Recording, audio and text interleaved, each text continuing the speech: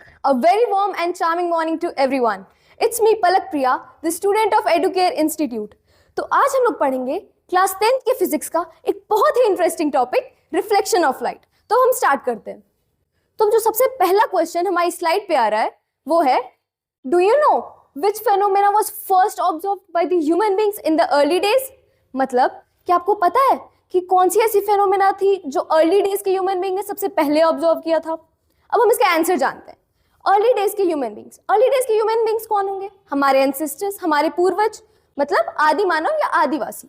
तो उन्होंने ये ऑब्जर्व किया कि दिन के टाइम में, ठीक है, डे टाइम में जब सूर्य की किरणें आती थी, प्रकाश की किरणें आती थी, तो उन्हें सारी वस्तुएं, सारे ऑब्जेक्ट्स बहुत क्लियरली दिखते थे, बहुत साफ दिखते थे। बट वहीं जब धीरे धीरे रात होती थी, रोशनी कम होती थी, उन्हें दिखना भी कम होता था। तो इससे उन्होंने ये कंक्लूड किया कि light is very important to see anything, मतलब प्रकाश किसी भी चीज को देखने के लिए बहुत जरूरी होता है। अब आता है इस क्वेश्चन का आंसर क्या है? वो कौन सी ऐसी फेनोमेना थी जो उन्होंने ऑब्जर्व की थी? तो उस फेनोमेना का नाम था रिफ्लेक्शन ऑफ लाइट। अब दो क्वेश्चंस आते हैं, what is light and what is reflection of light. अब हम इन दोनों क्वेश्चन से एक एक करके डील करेंगे।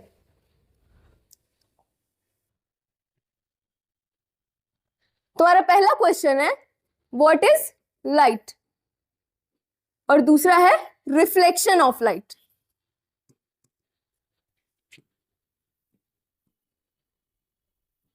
अब पहला है what is light. Light is a form of energy. Light is a form of energy that produces the sensation of seeing और साइट। मतलब लाइट जो है वो एक फॉर्म ऑफ एनर्जी, एक ऊर्जा का रूप है जो हमें किसी भी चीज को देखने में मदद करता है या फिर किसी भी चीज को देखने की अनुभूति प्रदान करता है, उसे हम लाइट कहते हैं। अब दूसरा आता है reflection of light. The bouncing back और reflecting back, the bouncing back और reflecting back of light rays after striking a smooth polished surface, after striking a smooth polished surface in the same medium is called reflection of light. अब हम इसको एकदम simple words में समझते हैं। जब कोई लाइट रेज, ठीक है, प्रकाश की किरणें किसी सोर्स से आती है और वो एक स्मूथ पॉलिश्ड सरफेस पे टकराती है, ठीक है, जब कोई प्रकाश की किरणें किसी सोर्स से आती है और स्मूथ पॉलिश सरफेस पे टकराती है और टकरा के सेम मीडियम में वापस जाती है, उसे हम रिफ्लेक्शन ऑफ लाइट कहते हैं। अब सेम मीडियम क्या है? सेम मीडियम मतलब जिस मीडियम में वो आई उसी मीडियम में वो रिफ्लेक्ट होके जाएगी, ठीक है। तो हमने जान लिया लाइट क्या होता है और रिफ्लेक्शन ऑफ लाइट क्या होता है। अब हम आगे चलते हैं।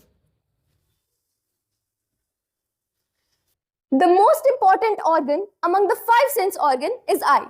तो कहते हैं a man in the dark room and a man without I have the same experience. मतलब एक आदमी जिसके पास आंख नहीं है और एक आदमी जिसे एक बंद अंधेरे कमरे में रखा गया है, दोनों के पास सेम एक्सपीरियंस होता है। अब वो किस चीज का एक्सपीरियंस है? उन्हें कुछ भी नहीं दिखता है। तो हम इससे क्या कंक्लूड कर सकते हैं कि किसी भी चीज को देखने के लिए आई और लाइट इक्वली इंपॉर्टेंट होते हैं। अगर आपके पास आई है और लाइट नहीं है तो आप किसी चीज को नहीं देख सकते। एंड सिमिलरली वाइस वर्सा, अगर आपके पास लाइट है और आई नहीं है तो भी आप किसी चीज को नहीं देख सकते। तो अब हम चलते हैं अपने नेक्स्ट टॉपिक पे, ऑप्टिक्स। What is optics? अब जब हमने लाइट को पढ़ ही लिया तो ऑप्टिक्स को भी इंट्रोड्यूस कर देते हैं। Optics is a branch of physics that deals with the study of light. मतलब ऑप्टिक्स जो है वो फिजिक्स का एक ब्रांच है, फिजिक्स का पार्ट है जिसमें हम लाइट के बारे में पढ़ते हैं, उसे हम ऑप्टिक्स कहते हैं। अब आता है types of optics. There are mainly 3 types of optics, ठीक है। ऑप्टिक्स के 3 टाइप होते हैं, ray optics, wave optics and quantum optics, ठीक है। रे ऑप्टिक्स को हम लोग ज्योमेट्रिकल ऑप्टिक्स भी कहते हैं और दूसरा है वेव ऑप्टिक्स, उसे हम फिजिकल ऑप्टिक्स भी कहते हैं, और तीसरा होता है क्वांटम ऑप्टिक्स। तो अब हमें इसमें सिर्फ रे ऑप्टिक्स के बारे में पढ़ना है। तो रे ऑप्टिक्स क्या होता है? Ray optics is a type of optics that deals with the study of reflection and refraction.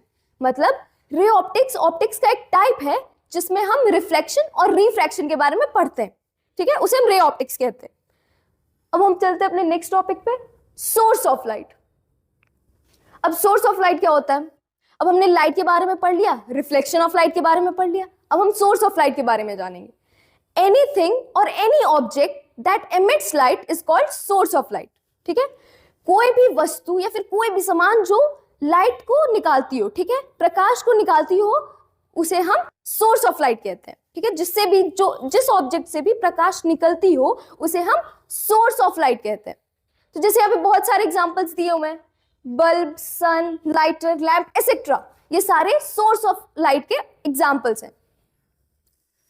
अब आता है हमारा classification of objects on the basis of source, ठीक है। तो objects are classified into two types on the basis of source. Objects को दो category में बांटा गया है on the basis of source, ठीक है। अब वो दो कैटेगरी कौन कौन से हैं, ठीक है। वो दो कैटेगरी है, एक है ल्यूमिनस ऑब्जेक्ट, एक है ल्यूमिनस ऑब्जेक्ट, ल्यूमिनस ऑब्जेक्ट, और दूसरा होता है नॉन ल्यूमिनस ऑब्जेक्ट, दूसरा है नॉन ल्यूमिनस ऑब्जेक्ट। तो अब ल्यूमिनस और नॉन ल्यूमिनस ऑब्जेक्ट क्या होता है? ल्यूमिनस ऑब्जेक्ट्स ऐसा ऑब्जेक्ट होता है, the objects that emits their own light is called luminous object, ठीक है। जो ऑब्जेक्ट, जो भी वस्तु अपनी लाइट देती है, अपना प्रकाश देता है, उसे हम ल्यूमिनस ऑब्जेक्ट कहते हैं। और non luminous objects are the objects that doesn't emits their own light, मतलब कि वो अपनी लाइट को नहीं देते, वो अपना प्रकाश नहीं देते हैं, उसे हम नॉन ल्यूमिनस ऑब्जेक्ट कहते हैं। अब नोट करने वाली बात है, दोनों लाइट देते हैं, नॉन ल्यूमिनस ऑब्जेक्ट भी लाइट देता है और ल्यूमिनस ऑब्जेक्ट भी लाइट देता है, they both emits light. But फर्क इतना है कि ल्यूमिनस ऑब्जेक्ट अपना लाइट देता है और नॉन ल्यूमिनस ऑब्जेक्ट अपना लाइट नहीं देता है। तो जैसे यहाँ पे बहुत सारे एग्जांपल्स हैं, ल्यूमिनस ऑब्जेक्ट्स के एग्जांपल्स हैं सन, कैंडल, टॉर्च एक्सेट्रा, ठीक है। Chair, table, pen, moons are the example of non luminous object. Moon भी नॉन ल्यूमिनस ऑब्जेक्ट है क्योंकि उसके पास अपनी लाइट नहीं होती है, वो रिफ्लेक्टेड सनलाइट यूज करता है। तो मून नॉन ल्यूमिनस ऑब्जेक्ट है और सन ल्यूमिनस ऑब्जेक्ट है। So this was all about my presentation. I hope कि आपका कॉन्सेप्ट क्लियर हुआ हो। Have a great day ahead. Thank you.